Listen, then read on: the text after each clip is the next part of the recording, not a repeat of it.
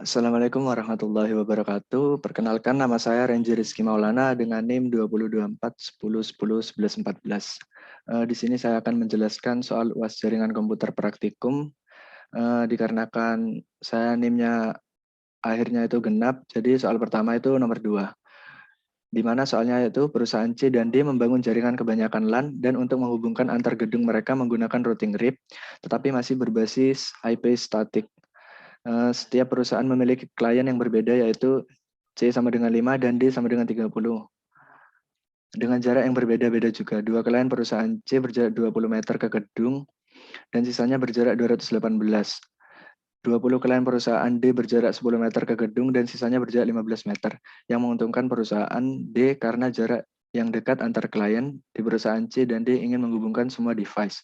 Dan ketika salah satu device mengirim pesan, hanya device tertentu saja dari perusahaan C dan D yang menerimanya. Karena itu strategi perusahaan C dan D. Baik, di sini saya sudah menyiapkan Cisco-nya.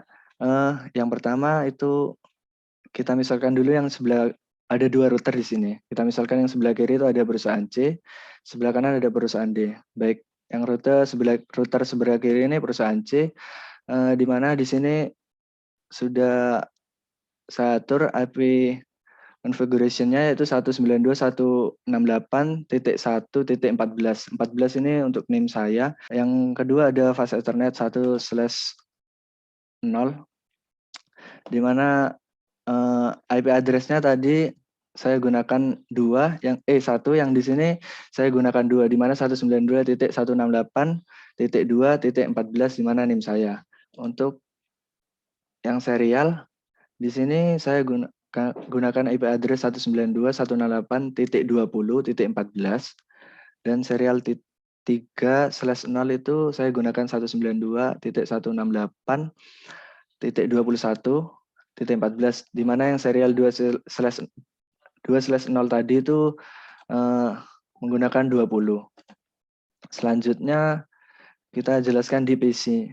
Yang pertama di sini ada IP address 192.168.1.1 dengan default gateway-nya itu 192.168.1.14 dengan NIM saya. Selanjutnya kita ke PC yang kedua, di mana IP address-nya itu 192.168.1.2 dan default gateway-nya sama 192.168.1.14. Di sini default gateway-nya sama karena berada dalam satu switch yang sama. Yang selanjutnya ada laptop, di mana IP address-nya itu 192.168.1.3 dan default gateway-nya itu sama 192.168.1.14 karena itu berada pada switch yang sama.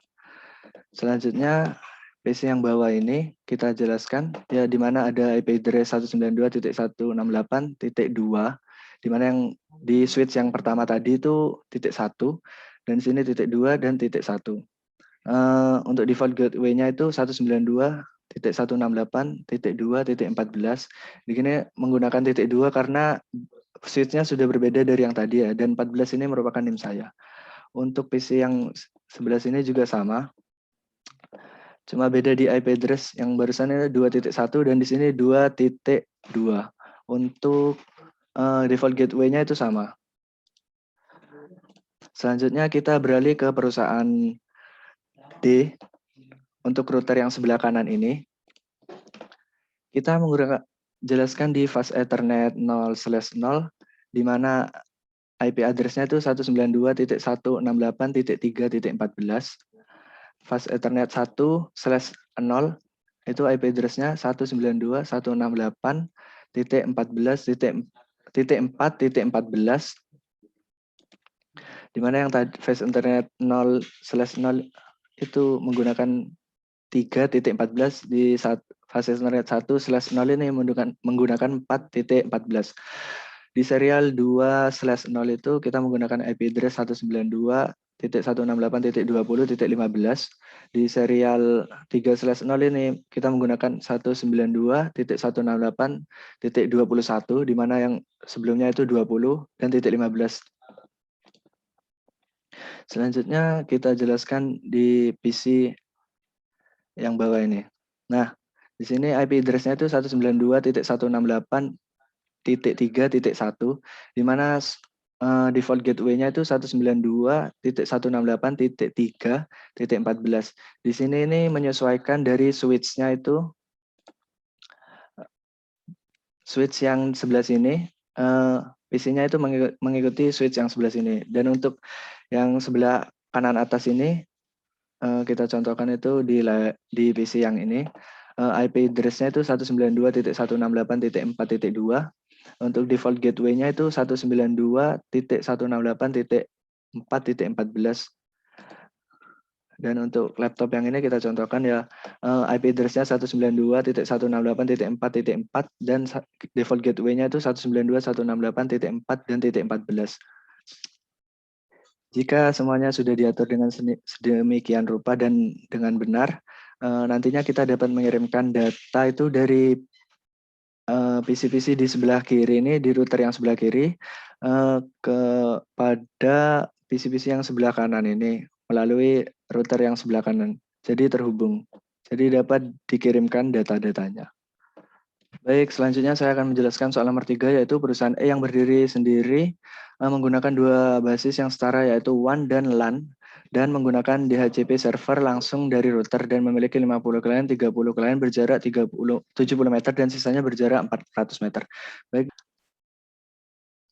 Baik, di sini saya sudah menyediakan file Cisco-nya, di mana itu kita menggunakan satu router yang merupakan, kita umpamakan itu satu perusahaan yang berdiri sendiri itu, dan membagi jaringannya itu ke jaringan WAN dan lokal yang dimiliki perusahaan itu sendiri.